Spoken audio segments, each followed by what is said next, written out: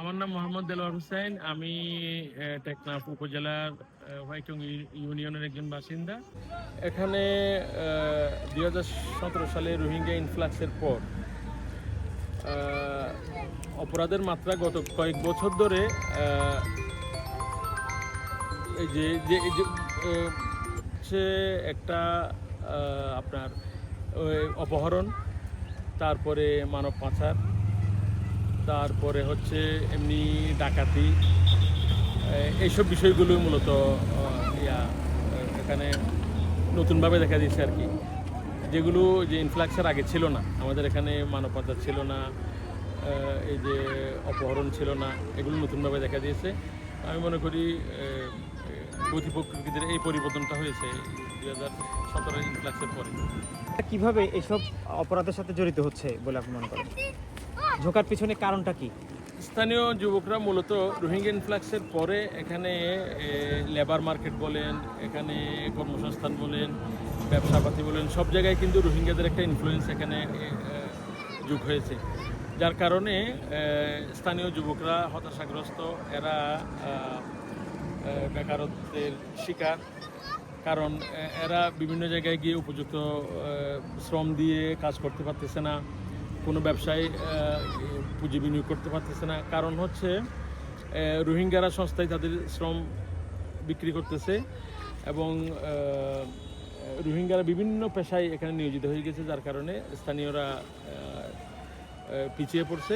যার কারণে স্থানীয়রা এই যে গতানুগতিক ইয়ার বাইরে যে অপরাধগুলো, যেগুলো আমাদের আগে ছিল না, এইসব অপরাধে জড়াইছে, যেমন মানব পাচার, এই যে মুক্তিপণ আদায়, অপহরণ, খুন, ছিনতাই, এসব। আপনার কাছে কি মানব পাচারের এরকম কোনো ঘটনা আপনার নজরে আসছে? মানব পাচারের স্পেসিফিক এরকম ঘটনা নজরে আসছে বলতে কিছুদিন পরপরই শোনা যায় নাফ নদী পার হওয়ার পথে যে কোস্টগার্ডরা বিভিন্ন জাহাজ ভর্তি মানুষকে ধরে, যারা যে মানব পাচারের গাড়ির খপ্পরে পড়ে মালয়েশিয়া যাচ্ছে বা অন্য কোনো দেশে পাড়ি দিচ্ছে, এরকম ধরা পড়ে আমরা শুনছি। এবং এরা আবার আইনশৃঙ্খলা বাহিনী নিয়ে এসে আইনানুগ ব্যবস্থা নেই আর কি। আপনি আস্তে আস্তে আমার একটা কথা বলছিলেন যে এই এলাকায় মানব পাচার হয় 3 লেয়ারে। হ্যাঁ, এই বিষয়ে মানব পাচারের বিষয়টা আসলে এখানে অনেকগুলো স্টেক হোল্ডার, মানে কয়েক লেয়ারে এই মানব পাচারগুলো হয়। মানব পাচারগুলো যেমন মেনলি মানব পাচারের মার্কেটটা হচ্ছে রোহিঙ্গা ক্যাম্প।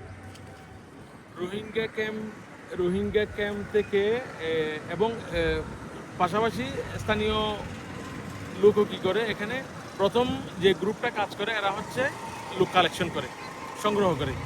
এরা সংগ্রহ করে হচ্ছে মাথা পিছু একটা টাকার বিনিময়ে।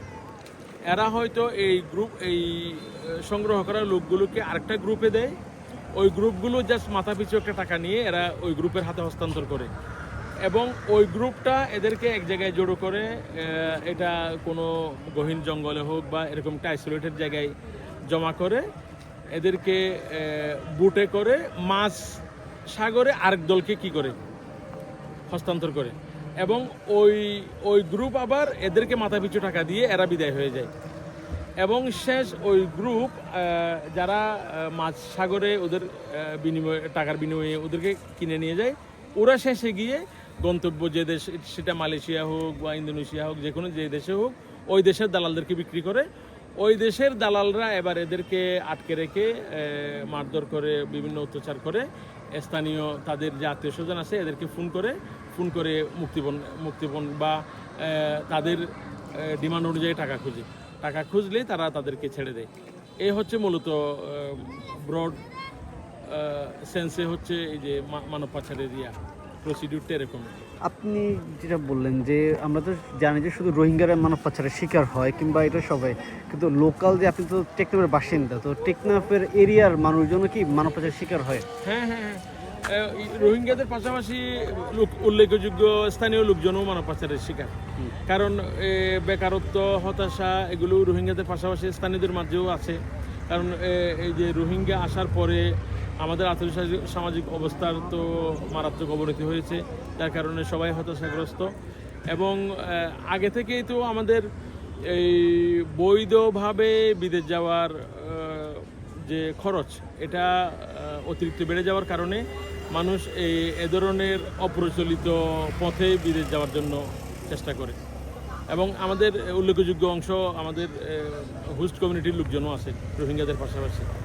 মানব পাচারের কারণে এই এলাকায় যে আপনি বলতেছেন অপরাধের যে মাত্রা বাড়ছে, এই অপরাধের মাত্রা আসলে কোন কোন ক্ষেত্রে বাড়ছে?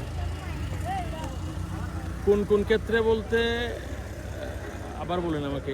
মানব পাচারের কারণে যে এই এলাকায় যে অপরাধের মাত্রা যে বাড়ছে, মানে এই অপরাধের মাত্রা আসলে কোন কোন ক্ষেত্রে বাড়ছে বলে আপনি মনে করেন? কোন কোন ক্ষেত্রে বলতে এরকম এই যে যেমন হচ্ছে যে মুক্তিপণ আদায়, এটা হচ্ছে মানব পাচার। প্রথমে হচ্ছে ওরা কি করে এলাকায় গিয়ে এরকম বিভিন্ন প্রলোভন দেখিয়ে এরকম লোকদেরকে টার্গেট করে এদেরকে নিয়ে যায়। নিয়ে ইভেন এমনও আছে শুধু মানব পাচারের জন্যই অপহরণ করে নিয়ে যায়। কারণ যে লোকটা নিয়ে যায় সে আসলে ওই লোকটা কি ওই দেশে পৌঁছতে পারতেছে না মারা যাচ্ছে পথে, কি হচ্ছে না হচ্ছে এই বিষয়ে তার দেখার বিষয় না। এই শুধুমাত্র একজনকে হস্তান্তর করলেই সে টাকা পাচ্ছে। তো সুতরাং এই ক্ষেত্রে এই অপহরণের এই অপরাধটা খুব বেশি বাড়ছে এখানে। মাদক রিলেটেড কি এই ধরনের মানব পাচারের টাকা দিয়ে কি মাদকের কোনো চালান বা মানুষের বিনিময়ে মাদক এরকম কোনো কিছু হয় কি? বার্মার সাথে যেহেতু আপনি মাদকের কথা বলছেন, আমরা যে টেকনাফ সীমান্তে আছি, আমাদের মেইন মাদকের রুট হচ্ছে বার্মা থেকে আমাদের মাদক আসে। এবং বার্মার সাথে আমাদের অ্যাকচুয়ালি এই যে আনরেস্টের পর থেকে লিগ্যাল কোনো আসলে ট্রেড নাই এখানে, এবং লিগ্যাল কোনো ফাইন্যান্সিয়াল ট্রানজ্যাকশনও নাই এখানে। হয় এগুলো অনেক কিছু নিয়ে সোয়াইপ হয় এরকম, যেমন বাংলাদেশ থেকে সার যাচ্ছে, সারের বিপরীতে মাদক আসতেছে। বাংলাদেশ থেকে এই যে মানব পাচারের যে টাকা যে লেনদেন, এটা সোয়াইপ হচ্ছে, মাদক দিয়েও সোয়াইপ হচ্ছে। কারণ যেহেতু যেখানে কনভেনশনাল মানে ফাইন্যান্সিয়াল ডিলিংস হচ্ছে না, সেখানে মাদকের বিষয়টা তো আসেই। মানব পাচারের কারণে এখানকার যে স্থানীয় সম্প্রতির মধ্যে কি ধরনের সমস্যা পড়তেছে, আর এখানকার লোকাল যে লিডাররা আছে তাদের কি ধরনের ভূমিকা পালন করা উচিত? আচ্ছা। এখানে যেহেতু মানব পাচারের বিষয়টাই বারবার আসছে,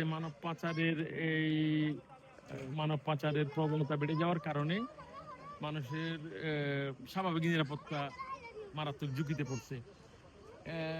ইভেন এরকম ঘটনাও ঘটছে এখানে। ঢাকা থেকে লোক এখানে বেড়াতে আসছে, তাকে একদল লোক ধরে দালালদেরকে দিয়ে দিচ্ছে। সে আসছে মূলত বেড়াতে, তো তাকে কেউ জানে না, সে টাকার বিনিময়ে মানব পাচারকারীর হাতে বিক্রি করে ফেলছে। তো সুতরাং আমাদের যে সামাজিক নিরাপত্তা, আমাদের যে নিরাপত্তার ঝুঁকি অনেক অংশে বেড়ে গেছে। এবং এই মানব পাচার রোধের ব্যাপারে সচেতনতার জন্য স্থানীয়ভাবে কিছু এনজিও এবং ইন্টারন্যাশনাল এনজিওরা এরা কাজ করতেছে, অ্যাওয়ারনেস বিল্ড আপের কাজ করতেছে। এবং আইন শৃঙ্খলা বাহিনীও বিভিন্ন সময় বিভিন্ন প্রোগ্রাম করতেছে, ওপেন হাউস ডে পালন করে যে মানব পাচারের বিষয়গুলো নিয়ে সচেতন করতেছে মানুষদেরকে। এবং বিভিন্ন এনজিও আইএনজিও এরাও কাজ করতেছে বিশেষ করে সচেতনতা এবং এটার যে নিরাপত্তা ঝুঁকি, এই বিষয়গুলো মানুষদের কাছে তুলে ধরতেছে।